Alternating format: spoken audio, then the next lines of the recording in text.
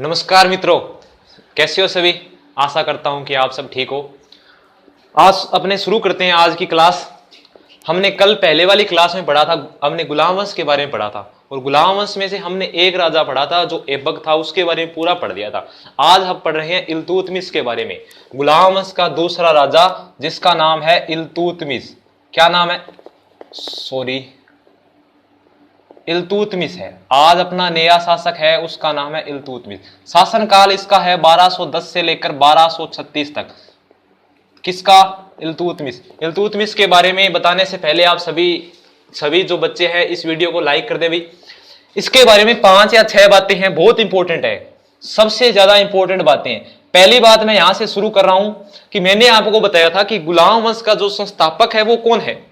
गुलाम वंश का संस्थापक तो ऐबक बता दिया, लेकिन मैंने यह भी बताया था कि अगर पेपर में आए कि गुलाम वंश का वास्तविक संस्थापक कौन है, तो वास्तविक संस्थापक कौन बताया था? इल्तुतमिश। तो पहली बात मैं लिख रहा हूं यहां पर कि गुलाम वंश का वास्तविक संस्थापक कौन है?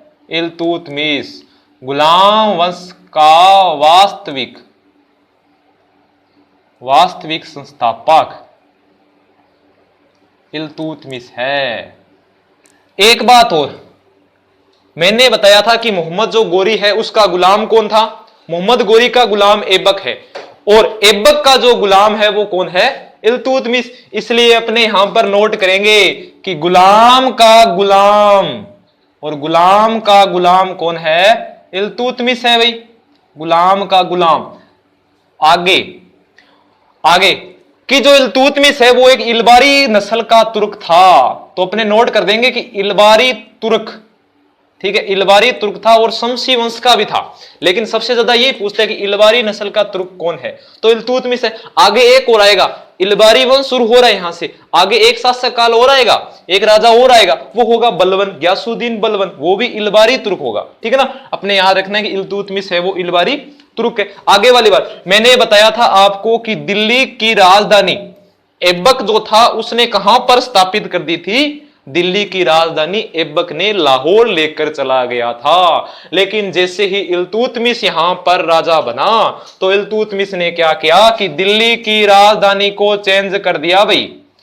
तो यहां पर मैं सीधा सीधा लिख देता हूं कि दिल्ली को राजधानी बनाई। कहने का मतलब यह कि दिल्ली की राजधानी को दिल्ली बना दिया, या दिल्ली की राजधानी दिल्ली लेकर आया लाहौर से। याद रखना है कि ऐबक ने तो दिल्ली की राजधानी लाहौर, और इल्तुतमिश ने दिल्ली की राजधानी कहां?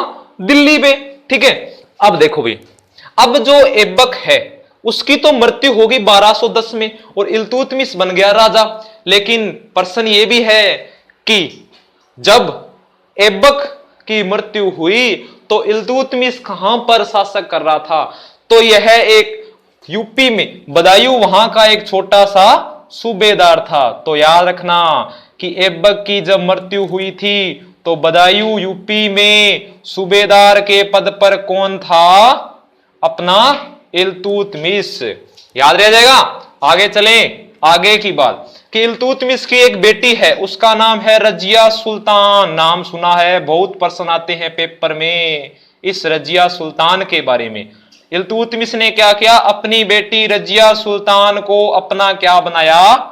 उत्तराधिकारी। रजिया सुल्तान को उत्तराधिकारी का पद दिया, या अपने बाद उत्तराधिकारी बनाया कि मेरे बाद जो राजा जो भी बनेगी रजिया सुल्तान बनेगी। ये बात आप याद रखना। वीडियो को लाइक कर दो, और सुबह सर की क्लास आती है उस पर सभी बच्चे आया करो भी, सभी बच्चे लाइक किया करो सर की क्लास। मुकेश सर की क्लास आती है ना सुबह, उसी वीडियो को भी लाइक किया करो आप। आगे चलते हैं। अभी मुझे पता है इतनी बात समझ आ गई होगी। अब क्या किया? इल्तुतमिश है उसको एक नाम की उपाधि से जाना जाता है, इसको एक नाम से जाना जाता है। जैसे ऐबक को मैंने बताया था कि लाख बख्श के नाम से जाना जाता है, वैसे ही इल्तुतमिश को भी सुल्तान ए आजम के नाम से जाना जाता है। किस नाम से? सुल्तान ए आजम के नाम से। ये सुल्तान ए आजम के नाम से किसने पुकारा या किसने यह उपाधि दी? तो याद रखना, बंगाल का खलीफा के द्वारा।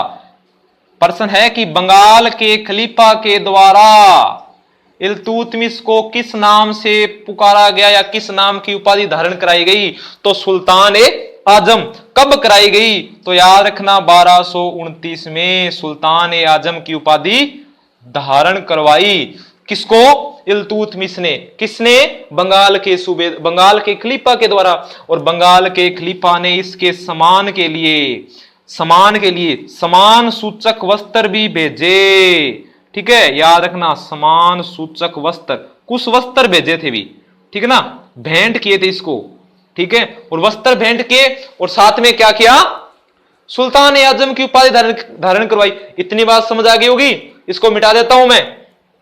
सभी बच्चे इस वीडियो को लाइक कर दे भी, जैसे कि आपने जो पहला जो वीडियो था ऐबक का, उसमें जितना सहयोग किया था उतना ही इस वीडियो में भी आपको सहयोग करना है। आपने उस वीडियो में इतना प्रेम दिया था, बहुत ज्यादा प्रेम दिया था भी, आपसे मेरा दिल लग गया भी, इतना प्रेम, बहुत ज्यादा, ठीक है ना। वो कहते हैं ना कि दिल लगी में दिल गया, दिल लगाने का नतीजा मिल गया। बहुत बढ़िया, आगे चलते हैं भी। अब देखो भी, इसने क्या किया कि राज्य के अंदर कुछ अमीर वर्ग के जो लोग थे, अमीर वर्ग के लोग और जो वफादार लोग थे, उनका एक समूह बनाया, ठीक है ना। 40 लोगों को इकट्ठा किया, उस 40 लोगों को इकट्ठा किया और एक समूह बनाया, उसे कहा जाता है चालीसा। बहुत सरल बात है कि चालीसा किसे कहा जाता है। कहने का मतलब इतना है कि 40 लोगों का समूह, ठीक है, 40 लोगों का समूह, जिसे क्या कहा जाता है? चालीसा। इस चालीसे का एक नाम और है, वो याद रखना है। क्या नाम है? याद रखना, तुर्कान। बहुत सरल नाम है, तुर्कान ए चहलगानी। याद रह जाएगा ना, प्रश्न ऐसे आता है कि तुर्कान ए चहलगानी क्या है? या 40 इल्तुतमिश के द्वारा जो 40 लोगों का एक जो समूह बनाया था, उसे क्या कहा जाता है? चालीसा या तुर्कान ए चहलगानी। अब इल्तुतमिश के काल में क्या हुआ कि शुद्ध अरबी मुद्रा का क्या हुआ? प्रचलन हुआ। वे शुद्ध अरबी मुद्रा का प्रचलन, यहां पे लिख देता हूं मैं कि शुद्ध अरबी मुद्रा का क्या हुआ? प्रचलन। सीधे लिख देता हूं कि मुद्रा का प्रचलन, मुद्रा का प्रचलन हुआ या मुद्रा प्रचलित में आई। कौन सी? एक तो तांबे का, ठीक है ना, तांबे का, और एक चांदी का। जो तांबे का था, एक तांबे का था, एक चांदी का था, ठीक है। तांबे का और चांदी का, पहले तांबे का ऐड करता हूं मैं, तांबे का और चांदी का। चांदी का टक्का, जो चांदी का था उसे क्या कहा जाता था? टक्का। और तांबे का क्या कहा जाता था? जिंजल या जित्तल। जित्तल भी कहते हैं और जिंजल भी कहते हैं। ये वाले याद हो गए होंगे आपको कि तांबे का जिंजल और चांदी का टक्का भी कहा जाता है। इल्तुतमिश के बारे में जितनी मैंने बात बताई सभी के याद होगी। अब मैंने बताया था कि ऐबक ने कुतुब मीनार का निर्माण करवाया था, लेकिन मैंने ये नहीं बताया किसकी समृद्धि में, किसकी याद में कराया। तो याद रखना, ऐबक ने कुतुबुद्दीन बख्तियार काकी की समृद्धि में ऐबक ने कुतुब मीनार का निर्माण कराया। और ये वाला व्यक्ति कौन है? इल्तुतमिश। इल्तुतमिश ने इसके निर्माण को पूर्ण करवाया। कहने का मतलब कि कुतुब मीनार है, उसका निर्माण क्या कराने वाला? पूर्ण करवाने वाला कौन है? पूर्ण करवाया इल्तुतमिश है, ठीक है भाई। आगे अब शासनकाल मैंने बता दिया इसका 1236 में, 1236 में। अब इसका अंतिम 1236 में क्या हो गई? इसकी मृत्यु हो गई और इसका शासनकाल क्या हो गया? खत्म हो गया। मुझे विश्वास है कि इल्तुतमिश है वो आपको अच्छी तरह से समझ आया होगा। थोड़ी सी बातें हैं, ज्यादा कुछ प्रश्न नहीं बनता, इसके अंदर से जितना मैंने पढ़ाया उसके अंदर से ही प्रश्न आ जाएंगे, ठीक है। हमने इल्तुतमिश को खत्म कर लिया। इल्तुतमिश की मृत्यु होगी 1236 में। अब 1236 के अंदर जो शासक बनती है, देखो इल्तुतमिश की बेटी राजा बनेगी, ठीक है। अब बेटी राजा कैसे बनेगी? जब इल्तुतमिश ने इसको उत्तराधिकारी बनाया था तो लोगों ने भी विरोध किया था कि इसको आपने उत्तराधिकारी कैसे बना दिया। और राजा बनेगी तो भी विरोध होगा कि एक महिला कैसे राजा बन सकती है, ठीक है ना। फिर भी रजिया सुल्तान ने क्या किया कि जनता का सहयोग, जनता के द्वारा जनता का सहयोग मिला और जनता ने खुद चुना कि रजिया सुल्तान राजा बननी चाहिए। ठीक है, तो मैं हेडिंग डाल रहा हूं रजिया सुल्तान की। रजिया सुल्तान शासनकाल 1236 से लेकर 1240 ईस्वी तक किसका चलेगा? रजिया सुल्तान। पहली बात मैंने बता दी कि जनता के सहयोग से शासन किया, तो पहली बात लिख देता हूं मैं यहां पर कि जनता के द्वारा चुना गया। जनता के द्वारा चुना गया। भाई किसे? रजिया सुल्तान को चुना गया। जब रजिया सुल्तान राजा बन गई तो इसने क्या किया? कुब्बा और कुल्हा पहनकर शासन किया। क्या होता है? लिख देता हूं यहां पर कि राजा बनने के बाद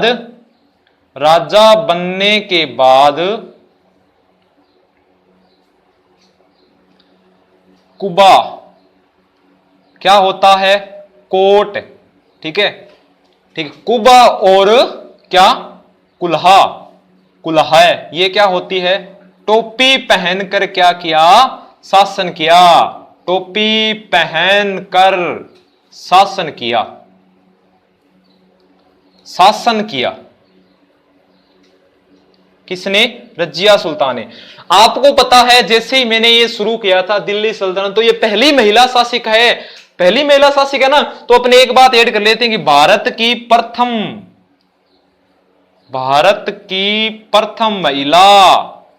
प्रथम मुस्लिम महिला शासिका, मुस्लिम महिला शासिका या शासक, इतनी बात याद रह जाएगी। ठीक है, रजिया सुल्तान राजा बन गई और जनता के सहयोग के द्वारा राजा बनी और लोगों ने इसको खुद चुना, ये बात याद होगी। और भारत की प्रथम मुस्लिम शासिका भी कौन सी है? रजिया सुल्तान। राजा बनने के बाद कुबा और कुल्ला पहनकर शासन किया। कुबा होती है क्या? कोट, और कुल्हा होती है क्या? टोपी।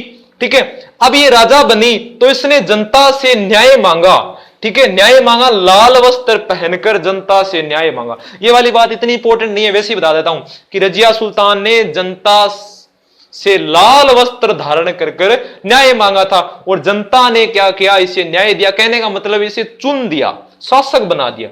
अब मैं दो व्यक्तियों के नाम बताऊंगा। एक का नाम है याकूब, याद रखना याकूब। क्या नाम है? याकूब। एक है अल्तुनिया। सर ये कौन है? ये बात याद रखनी है, अल्तुनिया। अब एक के साथ होगी शादी और एक के साथ शादी नहीं होगी। याकूब है, इसका पूरा नाम है जलालुद्दीन याकूब। जलालुद्दीन याकूब को क्या किया? रजिया सुल्तान ने एक पद दिया। अभी अब कौन सा पद? पद याद रखना, अमीर ए आखर। सर ये क्या होता है? बता देंगे आप, चिंता मत करो। अमीर ए आखर या अमीर ए आखुर भी कहते हैं। अमीर ए आखुर, अमीर ए आखुर या अमीर ए आखर एक ही बात है। ठीक है, अमीर ए आखुर जो पद होता है वो घोड़ों का मुख्य, ठीक है ना, अस्तबल का मुख्य या घोड़ों का सरदार। आप यहां पे सीधे लिखे तो सरल शब्दों में कि घोड़ों का सरदार, घोड़ों की देखभाल करने वाला क्या कहलाता था? अमीर ए आखुर। ठीक है ना, एक विभाग बनाया था, उसका अधिकारी था। कौन है? जलालुद्दीन याकूब। अब अल्तुनिया कौन है? अल्तुनिया वही व्यक्ति है जिससे रजिया सुल्तान की क्या हुई? शादी, विवाह हुआ। अब रजिया सुल्तान का पति कौन है? अल्तुनिया। कहा जाता है कि रजिया जो सुल्तान है वो अल्तुनिया से प्रेम करती थी भी, अल्तुनिया से प्रेम करती थी, लेकिन अल्तुनिया रजिया सुल्तान से प्रेम नहीं करता था। और जलालुद्दीन याकूब है वो रजिया सुल्तान से प्रेम करता था। ये तो अलग बात हो गई कि ये इससे प्रेम नहीं करता और ये इससे प्रेम करती है, और ये इससे प्रेम करता है लेकिन ये वाली इससे प्रेम नहीं करती है। ठीक है ना, यह नहीं कर। एक बार याकूब ने बोल दिया था भी रजिया सुल्तान से कि हम आपसे प्रेम करते हैं, लेकिन रजिया सुल्तान ने मना कर दिया कि हम नहीं करते भी प्रेम आपसे। प्रेम आपको पता है हो जाता है, प्यार हो जाता है, पता है ना, प्रेम हो जाता है, लेकिन प्रेम उसी व्यक्ति को होता है जिसका जिगर बड़ा हो। वो कहते हैं ना कि प्यार करना हर किसी के बस की बात नहीं होती, जिगरा चाहिए ना अपनी जिंदगी खराब करने के लिए, ठीक है ना। कि याकूब से हो गया प्रेम, लेकिन शादी हुई अल्तुनिया के साथ, अल्तुनिया के साथ शादी हो गई। याकूब भी पूरी तरह से गुस्से में हो गया। कहा जाता है याकूब ने मिलकर इस रजिया सुल्तान को, कैथल, कैथल पड़ता है हरियाणा में, कैथल सॉरी हरियाणा में नहीं है, पंजाब में है, कैथल पंजाब में इसको मार दिया था। इसकी मृत्यु हो गई थी कब? 1240 ईस्वी में। और रजिया सुल्तान अपनी क्या हो गई? खत्म हो गई। रजिया सुल्तान इतनी थी। रजिया सुल्तान के बारे में जितने भी प्रश्न बनते हैं वो सारे के सारे मैंने आपको बता दिए भी। आशा करता हूं कि आपको ये वीडियो अच्छा लगा होगा। अगर आपको ये वीडियो अच्छा लगा है तो लाइक भी करें और कमेंट भी करें और हमारे इस चैनल को ज्वाइन भी करें। अपना ध्यान रखिए, अपने घर वालों का ध्यान रखिए। थैंक यू, धन्यवाद।